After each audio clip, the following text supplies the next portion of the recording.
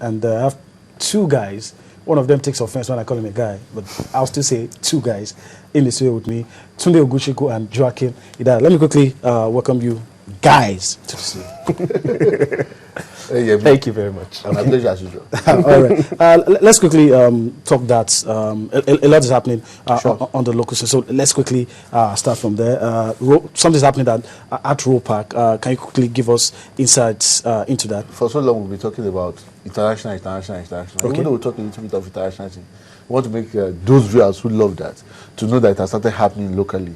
It shows that some of the things we are doing here is already bringing results. Okay. And that's why the Lagos State government is initiating Second that quarter, initiative. Yeah. Yes, a grassroots that initiative. At least it's good because it's called the second quarter grassroots interclub that. It starts today? It started today at the Roe Park, and the clubs, the local clubs in Lagos, I won't call them clubs, but they call it clubs. Okay. Because they are exclusive areas. Some of those recreational centers you have, they brought them together to play in this event. And they also, some of the Lagos State players have been broken down into clubs, and they brought all of them together to come and play in this event that is taking place at Roe Park. They are playing three formats of that. One is what we call singles. All right. You against me, straight off. Let's All right. see who goes down first. Then we now have that singles of 501. Singles of 501. Now we now have what we call TDB. TDB is triples, doubles, and the bullseye. Okay. It's a format of that. Then we now have what we call the mixed game. The mixed game. In the mixed game, because of I'm informed that because of the pressure, because they just have 2 days to hold this event. So a lot is packed in. A lot is packed in. So in the mixed game, a player is going to play 201. He's going to play, I think they say he's going to play 201, 301, 501. All right. The three of them, they are going to play, and you must one leg each. Okay. You must best of 3. All right. So you must score 2. So if you get 2, so right now they are already at the semi-finals, and then it's going on till tomorrow. So for those lovers of that who want to see how the local boys and the local people are doing it, they should come down to the Roe Park to catch their phone and see what's going on. Okay, today I'm going to come to you shortly, but let me quickly ask you about how an October Open Dart Championship has now turned to a November Open Dart. You can quickly explain to me why something that was supposed to happen in October is happening in November, and quickly give us insights into that. Yes. I know it's organized by the Darts Federation of Nigeria. The Darts Federation organizes what we call the October Open, where all the clubs. Are we going to recreate the November Open? No. Okay. The October is the name. The October I know. Open Dart Just pulling your legs, is the name. Is the name of the event. But somehow, it's supposed to happen in the last quarter of October. the year. So it's supposed to be October. But somehow, due to logistic reasons, they have postponed the date of that particular competition to November.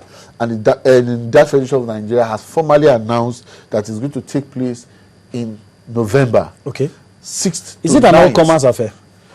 Yes, it's open to everybody. It's open to every club. It's open to every recreational center. For me, I don't believe that there are clubs in Nigeria, but it's open to every recreational center in Nigeria, and they will all gather in the Benin Club. Okay. They will go there in Benin Club, and they are going to showcase their skill. We will give them, especially for those who did not attend the Open Single Dart Championship that took place at Kafanchan in May. You remember that because of the security, in quote, security pressure issues in the north, a number of people were afraid to travel to the north. But right now, this particular event is holding in Benin, and all the players who did not come then will have the opportunity to go and what? They have the opportunity of playing against and that's why I'm going to ask you this next question. Yes, this is an all-comers affair, and well, I might just go and try my luck. I might win, but what's on offer? What's the prize money? What am I likely going to get if I win? If the breakdown of what they will be offering in that particular event has not been announced. All right. But one thing is very, very clear. It's a competition. It is not a national championship. All right. Because the national championship has already taken place in May, where we had the female national champion and the male national champion, both in TDB and in and in Let's quickly 501. leave the shores of Nigeria because I'm interested in talking about, still want to talk about chess on the show. Let's talk about what you have on screen, the PDC Sydney Masters, which starts today. Yes, starts depending today. on the Right now, time. talking, Okay, it's going on. right now as we're talking. So tell us about, of course, we're always talking about Phil Taylor, Wes Newton, all the key players that will mix with the top players in the Oceania region.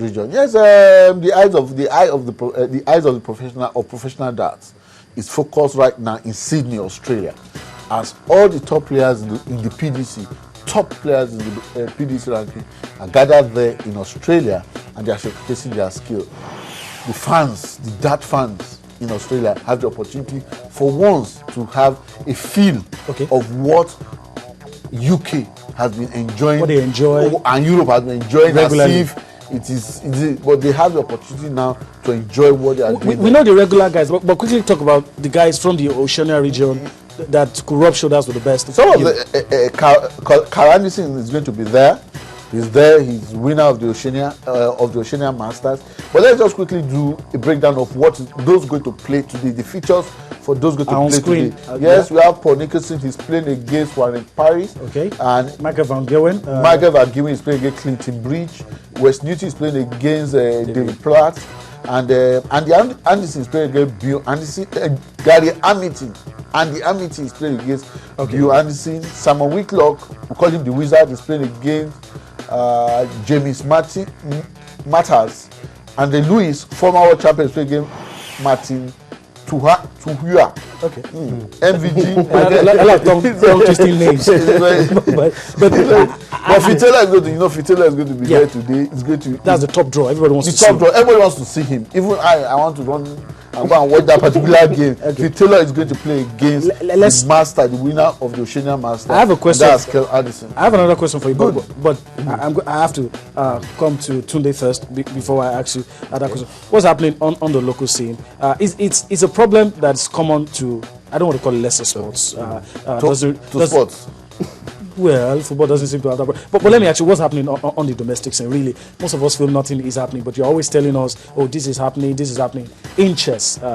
Yes, obviously, on the local scene, we have the National Friends of Chess coming up next week, where we'll have most of the top players in the Nigerian chess scene. We have the top seeded players coming in, the highest rated Nigerian chess player coming in to play with every other person. We have people coming in from abroad to play this particular it's not really a championship, it's more or less like a tournament. All right. So we have players coming in from all over the world to come and play, and we even have some people, someone who is based in Abuja but is an Indian, coming in also to play. Indian origin, yes, but stays in Nigeria. Yes, well, for a couple of years. Okay. But at least it's something. Just shows you that it's big. It's big, yeah. And one way or the other, we'll have that coming up next weekend from 6 to 8 of September. And with that, we will be ushering in several other tournaments. We have the Bielsa quarterly tournaments coming up in the third week or so of September, and everything like that. This month, I mean, September, October, November, December is loaded. Okay. We're pressed for time, actually. But let me ask you, on the international scene, what for this week? What should we expect? Well, for this weekend, we'll be having the finals of the World Cup Championship. It's going to be against. It will be a match between Vladimir Kramnik and one of the other top players, and it's actually going to be very, very tough, because Kramnik, who is the third seeded player for the tournament, has been sensational. He has not lost a match, and his opponent has won him twice this year, and it's going to be a very, very big game. All right. Let me ask Joachim, as we prepare to leave the studio, let me quickly ask you. You seem to be excited. You tell us a lot about the things that are happening. But how can you measure now, with some of the things you can, how can you measure the participation levels? How far? Because a lot of us seem seem to think that you just come and bamboozle us with figures and names. But really, are people interested? First in of that? all, people are interested in that, and that's why we have this grassroots war going on. But the most appropriate approach that should be adopted when you want to grow any sport is to ensure that the sport is introduced into the school. Okay. So I think the state government should be encouraged to focus more on getting schools programs running like that in schools, to get the children in the schools to come on board to learn how to play these games. It's good that you have the interclubs going on, but generally, somehow, if you don't get these children to love the sport right in the school, sometimes it's very difficult getting them to love the sport when they are much bigger. Let me get your last words. I know. If you're talking about that, you want to talk about chess, similar problems. But let me get your last words. What do you think needs to be done? On chess, presently we are having in the National Friends of Chess, we'll be having several, like about 5 categories. We'll be having the under 10 category, the under 14 category. We'll be having the ladies category, the opens, and the masters category. Even the FIDE. Now, people can get rated in Nigeria. All of that. Okay. Last was Joachim. The future? It's bright. Okay. I expected a one-liner. I got a one-liner. That's how we're going to wrap the show up tonight. And we do hope you enjoy what's left on of your night. Stay tuned to Channels Television. We're going to leave you with pictures from US Open. Let you see how Andy Murray and Venus Williams fared in the competition.